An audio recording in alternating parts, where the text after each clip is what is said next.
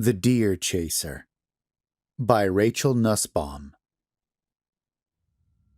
As I pull up in front of the kids' school and hop out of the car, I can hear birds chirping. The crisp mountain air blows the scent of pine needles past me, and the sun is bright, flickering between the swaying branches of the trees. Just another day in the middle of BF nowhere. It's been 3 months, and I'm still not used to being back in my hometown. In a heartbeat, I would trade the twitter of birds for the roar of the train that used to speed past the apartment, and the common scent of trees and flowers has nothing on the smell of that amazing falafel stand at the end of my old block. And yes, it's massively ungrateful of me to yearn for Seattle, for city life over a beautiful little community right next to a state park. But honestly, I couldn't help it if I tried. Being here makes me feel trapped. It reminds me of everything I was afraid of when I was 18. I didn't want to get stuck here with no job, living at home for the rest of my life, knocked up and tied down with a bunch of kids by my 20s. Incidentally, this is exactly what has become of the rest of my graduating class. And then I remind myself that I'm seriously no better than any of them. That after graduating from college with a major in accounting and a minor in English, I couldn't get a single call back from any job interviews. I had to move back in with my mom, and I'm now, living at home and taking care of my younger brother and sister. Now, I'm just like every other hick who graduated from North Pines High, except I've got 5 digits worth of student loans to pay back. With a sigh and a glance at my watch, I cross the street and start to walk to the school, feeling even worse than I did when I parked. Good to know that even at my lowest point, I can find some way to take myself down a few extra pegs. At least helping my mom out with my siblings while she's working 60 hours a week as a lawyer keeps me from feeling completely useless, especially now that Dad's gone. Still, it doesn't stop me from feeling like an asshole. The front steps of the school come into view, and my heart sinks as I see Madison plopped in the grass and sobbing her eyes out. Ugh, man, not this again. Maddie, what's wrong? I ask, putting on my best game face. She scoots away from me, crying louder. I sigh and put my head in my hands. Madison and I never had time to bond as sisters. She was born roughly around the same time I moved out, and now, at the age of 6, she's suddenly got a full-time sister. I'm rarely able to comfort her when she throws these fits, and at least 3 times a week, I bring her home sobbing to Mom. Well, I need to try at least. Madison, I can't fix it if I don't know what's wrong, I say. Another deer came into the play yard at lunch recess. She was drawing in the classroom and missed it, and she won't shut up about it. I glance up, trying to locate the source of the voice. I hear some snickering under the staircase, and I peer over to see Jasper sitting in the grass with his friends. Hey, Layla, he nods over at me, grinning and playing dumb. I narrow my eyes at him. And why aren't you out here trying to make your little sister feel better? I ask. Well, I was, he says. But then she pushed me and called me a poop face. His friends laugh harder, and Madison pauses between sobs to look back at them and snarl. I sigh. I'm not good at this at all, taking care of kids. Seriously, I have the maternal instincts of a pine cone. Pine cone? Damn, I've been in this stupid forest town too long. I look down at Madison, in time to see a chunk of snot drip down her face, and Jasper and his friends yell in disgust. She sucks in more air and begins to cry louder. Shit, I mumble. I heard that, Jasper says. You're 12, I say, rolling my eyes and sitting down next to Madison. Get over it. He shrugs. Whatever. I'm going home with Ian. Jasper sighs, climbing out from under the staircase with his friends. Well, one thing the kid's got going for him is that he's no martyr. Whenever Jasper gets into a fight or thinks he might get into one, he walks away, which works pretty well for me. It might also explain why he started walking to and from school with his friends to avoid being trapped in a car with Madison and me. As Jasper and his friends walk away, I sigh in relief. Maybe without them to egg her on, I can get Madison to stop crying. I reach my hand out and pat her back. Come on, honey, I say. There are plenty of deer coming down from the mountain these days. Way more than when I was a kid. You'll see one. No, Madison whines, tears running down her chin. I never see them. Only Jasper does. She sucks in a deep breath in preparation for another raise of volume, and I try to think of something to fix this. Anything I can do to make her stop crying. Just one day, I want to bring her home and have her not be in tears when Mom pokes her head out of her home office. One day where I can do something right. I glance up the street as Jasper disappears around the corner, and as I do, my gaze lands on the mountain. What if I took you to the state park tonight to look for deer? I ask. Madison stops blubbering and glances up at me with a trembling chin. After dinner, we'll drive up to the mountain, just you and me. We'll bring flashlights and snacks, and we won't go home until we see a deer. Sound like fun? I silently hold my breath, hoping this will be enough to pacify her. To my relief and surprise, she smiles. She wipes the snot off her face with her sleeve and nods. The hot coffee burns my tongue as the car winds up the rough road to the state park, and I mumble a short string of select obscenities under my breath.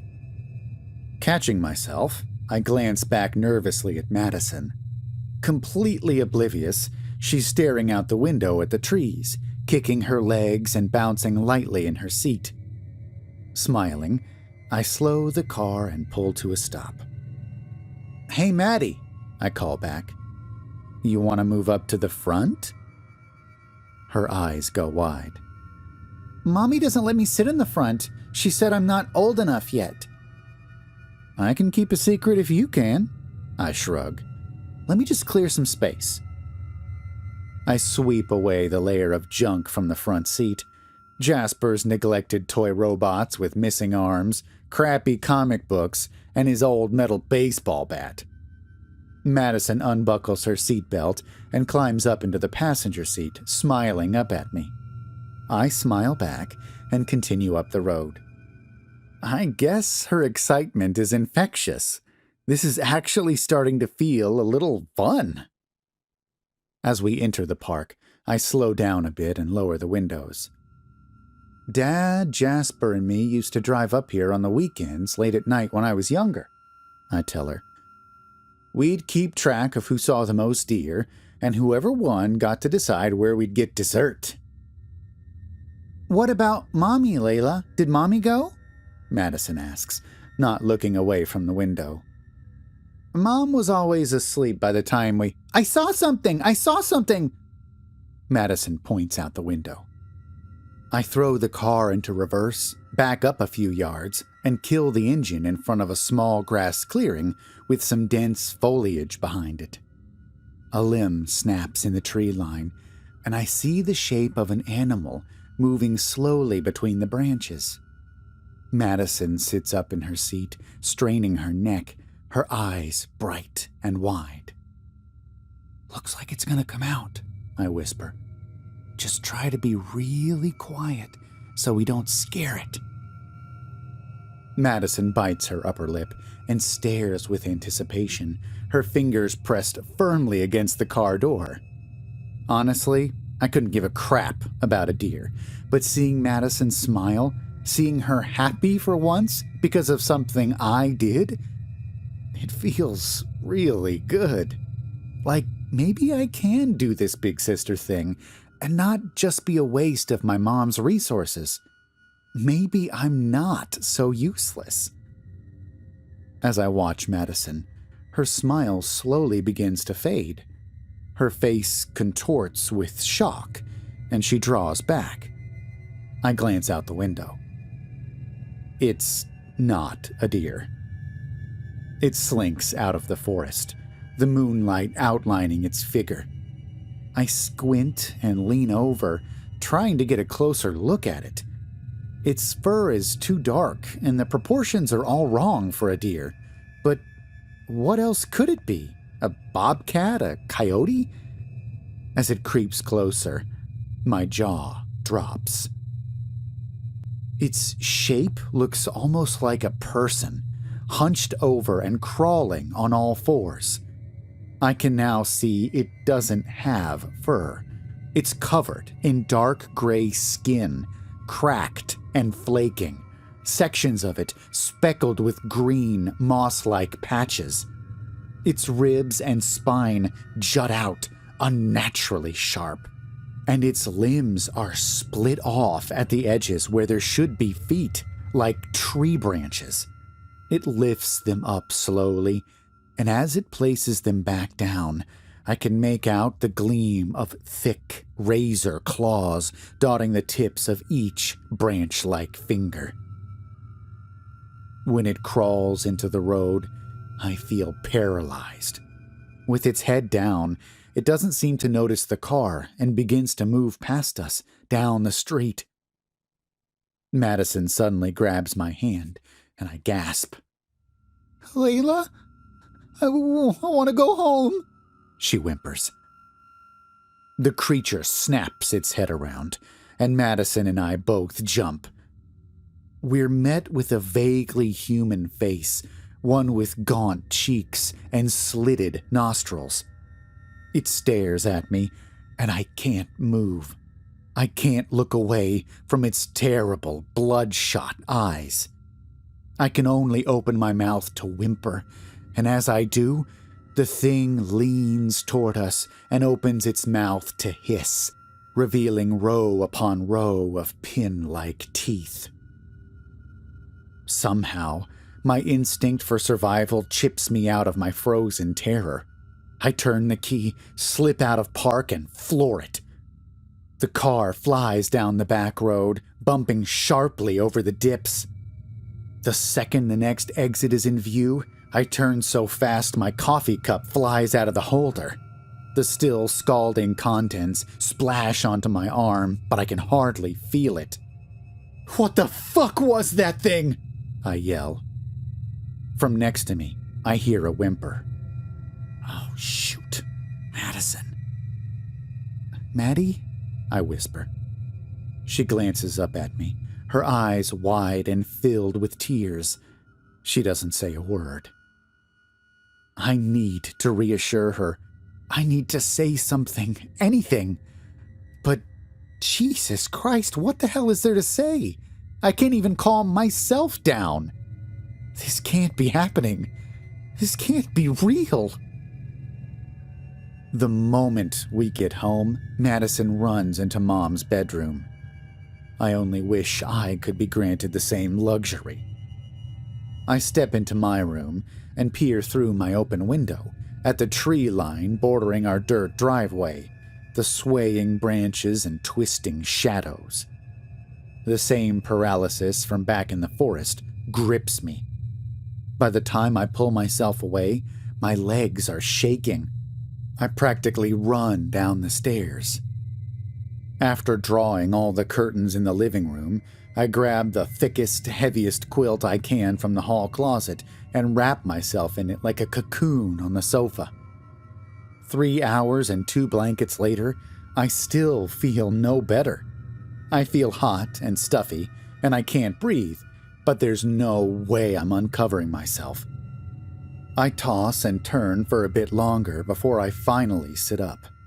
With shaking hands, I pull my laptop off of the coffee table and boot up. I type in a search query for unusual sightings at North Pines State Park. My heart thumps in my chest as I hit enter. After an agonizing pause, the search results pop up, and there's nothing. No strange animal sightings, not even an animal out of season reported in the last 10 years. I delete the name of the park. I broaden the search to unusual animal sightings in forests. I don't know what possesses me to click on images instead of search. A chill runs down my spine as the images load. I scroll through picture after picture of blurred, obscured, horrific creatures hiding between trees in the darkness. Knowing that they're probably all fake does nothing to console me, because what I saw wasn't. But if what I saw was real, who's to say these aren't? I exit the browser and slump back down in the sofa. As I do, a shadow in the hallway shifts in my peripheral vision, and I jump. Shoot! The hallway light goes on. Layla, Mom says, you scared me. As my heart settles back into my chest, I sigh in relief. She may have just given me a panic attack, but seeing her face puts me at ease. It's like that feeling you get when you're a little kid who just woke up from a bad dream, and you realize everything's going to be okay. My smile fades after a moment, though, as I realize it's not going to be okay. I could tell her what I saw, and she could either believe me or not, but it wouldn't change a thing, because that, whatever it was, is still outside somewhere. It's still real, and there's nothing Mom can do to change that. Sorry, hon, Mom says, flicking on the stand-up lamp. Are you up late or up early? Early, I lie. I'd offer to make you a pot of coffee, but I'm running on a tight schedule. Find anything good? I stare at her for a moment before she gestures to the computer. Job hunting. Any positions available in the city? She asks, raising her eyebrows. Oh, I sigh, shaking my head and lowering my laptop screen. Might have a few leads. Nothing to get my hopes up over. I trail off as she walks out of the room. How was deer watching last night? She asks, re-emerging with a hairbrush and walking over to the mirror that hangs over the fireplace. It was... I think being out late in the dark got to Maddie. She crawled into bed with me last night. Sounded like she was having nightmares, Mom says, combing through her hair. It's then I realize she's wearing her suit. Mom, are you going somewhere?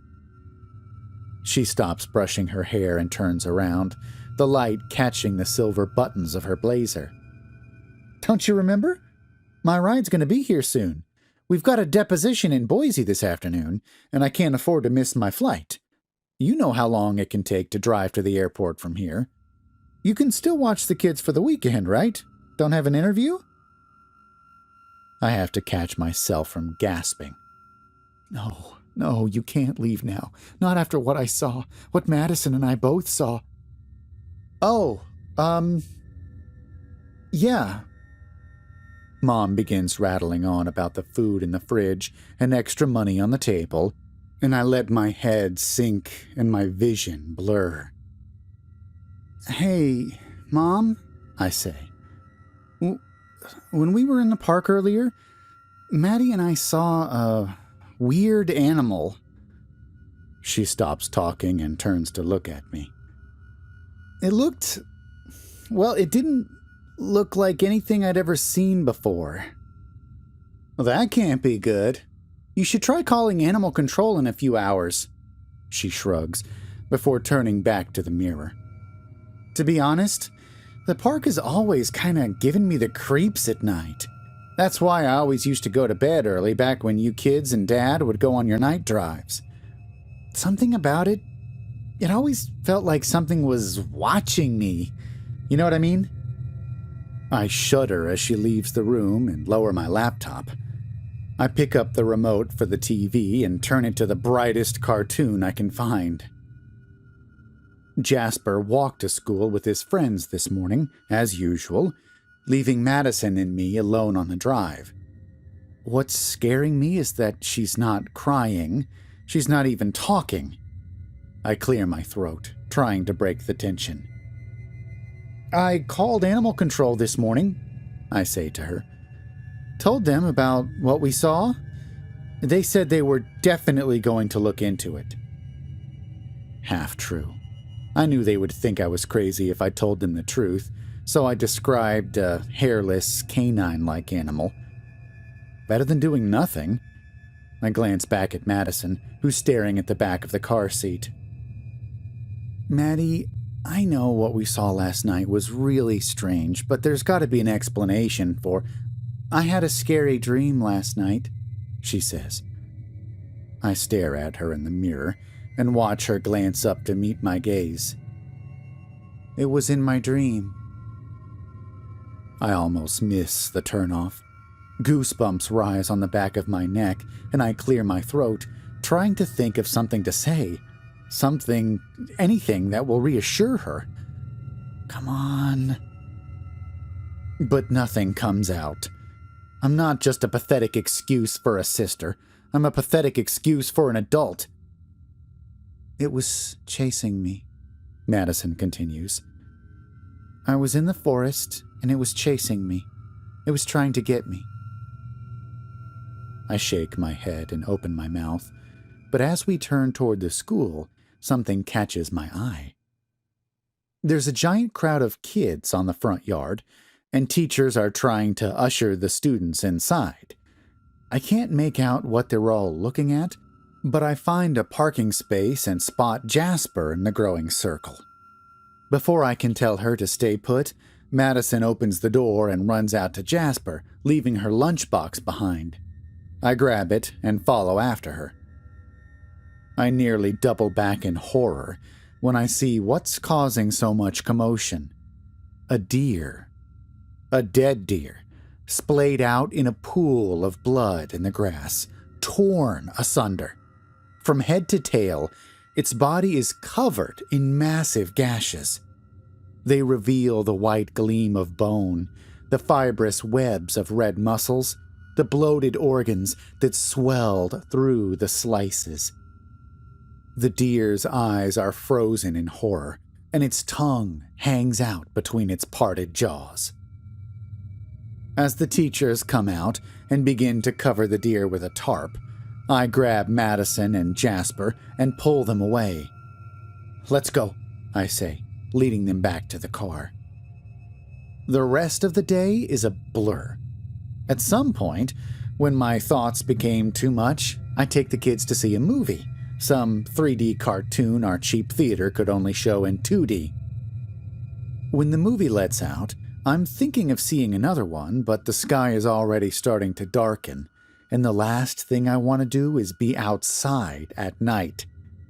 I drive us home and bribe Jasper to go play with Madison while I face the computer alone. This time, I know what to look for, and the idea that I may actually find something scares me to death. I type in "deer attacked in North Pine State Park," and good God do I hit the motherlode. Attacks on deer date back to when I was a kid, getting more and more frequent each year. Written off as mountain lions, coyotes, bobcats, sometimes even suspected to be the work of some sick teenagers. I click on an image, and my skin crawls. The deer's been shredded, just like the one at the school, blood speckling the ground and fat maggots clinging to its flesh. It's the same thing that got the deer we saw, isn't it? Shit! I turn around and see Jasper. Where's Maddie? I ask. Told her it was her toy's nap time and she fell asleep with him. He shrugs as he circles around the sofa. So you think the thing you saw in the park was the thing that killed the deer at school today? How do you know about that? I heard you talking about it with Mom early this morning. I asked Maddie just now, and she said you guys saw a monster, he says. She told you? I ask. His eyes widen. So it's true? I sigh and lean back on the sofa. Jasper sits down next to me and glances at the computer screen. I was thinking, he says, about all these deer coming down from the park.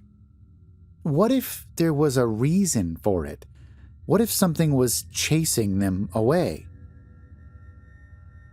I think that would make a lot of sense, I mumble. Did Maddie tell you about the nightmare she had last night? He asks.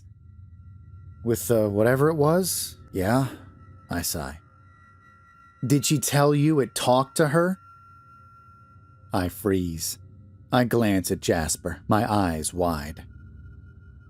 She said it told her she wasn't supposed to see it, that people aren't supposed to see it, Jasper says, his voice beginning to shake as he continues.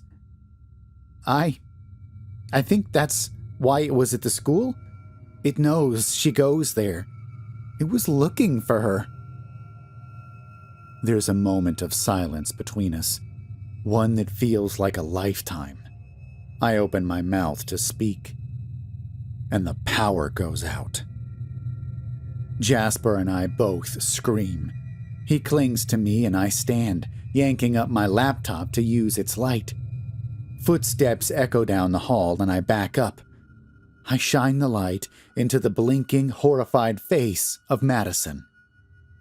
Layla? Madison whispers.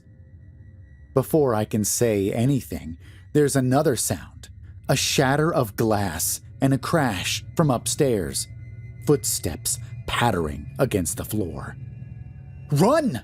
I yell, pulling the car keys out of my pocket. Jasper and Madison take off for the door, and I move behind them, the light from my laptop illuminating our way. As I get closer to the door, I turn around to glance at the staircase. And I see it. A pair of bloodshot eyes glare down at me from the top of the banister. Its tree branch-like limbs are growing, splintering apart into more fingers. The thick razor claws pushing out through the skin with sickening bursts of pus and blood as they align. The monster pulls its cracked lips back, exposing thousands of teeth. I'm frozen, stunned. I feel helpless. I feel like a child, like a deer. Layla, move! Madison screams from outside the house. I snap around and tear through the living room. Out of the corner of my eye, I see a flash of gray take off after me. I make it out the door and slam it shut behind me, only to watch 5 dozen razor-sharp nails penetrate the wooden surface, sending splinters flying.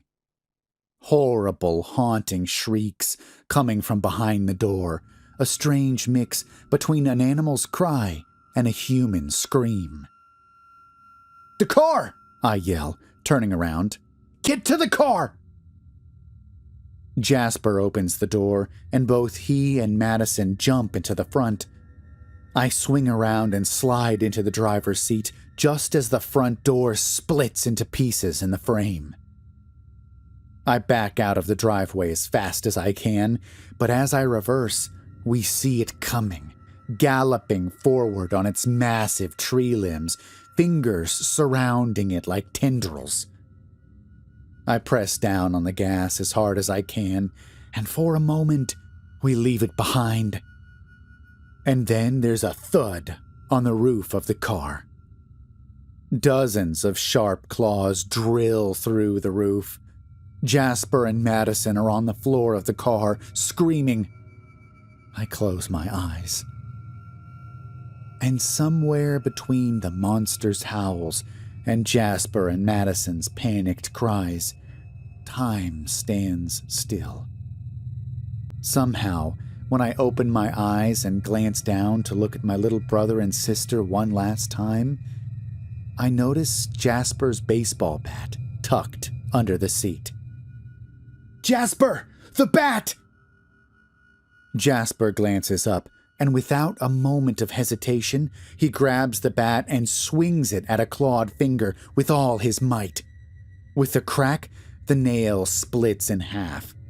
The monster screams in anguish and retracts its blades. I hit the brakes. It flies off the top of the car and skids to a stop in the road in front of us, writhing in pain and fury. It looks over with its reddened eyes and unhinges its jaw at me, hissing in rage. I put my foot to the gas. I don't know if it tried getting out of the way or if it just sat there, but we all felt the crunch and heard it shriek as I drove over it. I glanced back at it in my mirror, its limbs twisted, wriggling in the road, trilling its horrible cry. I hit reverse and drive over it again, and again, and again. I drive over it until it's nothing but a flat mass of red and gray mush.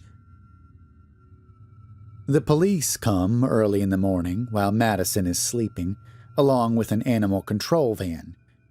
They scrape what's left of the monster off the road, but the beaten pulp of the corpse is hardly distinguishable. The policeman takes our statement and pictures of the door and the top of the car. After they leave, Jasper and I go back inside to the living room. "Why didn't they look more surprised?" Jasper asks from the sofa. "We just told them we got attacked by a monster, and they acted so calm." "It was a monster to us," I call from the door as I sweep up splinters of wood. "To them? Well, it could just as easily be a diseased wolf or mountain lion. They'll probably come back for more questions when they analyze it in the lab, but that could take months." Jasper sighs in exasperation. "I guess you won't even be here when they come back to ask us about it, huh?" he says. I pause at the door. "Oh, I don't know. I might be." "I thought you were trying to find a job in the city," Jasper asks. "Especially now. Wouldn't you want to leave sooner than ever? I sure as hell would." "Don't swear," I say, snapping my fingers. "And I don't know. After what happened? Well, we beat it, didn't we? It came after us. It tried to kill us, and we destroyed it. And if we can do that, if I can do that, maybe I can handle living in this hick town a bit longer. Maybe I'm not so useless after all." I smile at Jasper, and as I do, Madison comes walking out of her room in her pajamas, rubbing her eyes. "Hey, sleepyhead," I greet her. "How you feeling? I made some scrambled eggs for breakfast and left them in the pan. I had another scary dream." The broom drops from my hand. "Madison?" I ask shakily. Without another word, she walks past me and out the mangled front door. Jasper and I exchange glances before we follow her out onto the road, where she stares down the street that curves up to the state park. It's then that I notice the steady vibrations coming from the ground. As our neighbors walk out into their driveways to discern the source of the noise, I see it turning down the street. Deer, dozens of them. Ancient stags, young bucks, does and spotted fawns scampering behind their parents. Their numbers enough to crowd the entire road. There must be hundreds of them. "It's like every single deer in the forest is leaving," Jasper says in awe. "They are," Madison answers. Jasper and I look down at her. "It wasn't alone," she whispers. "He wasn't the only one. And now the others are angry."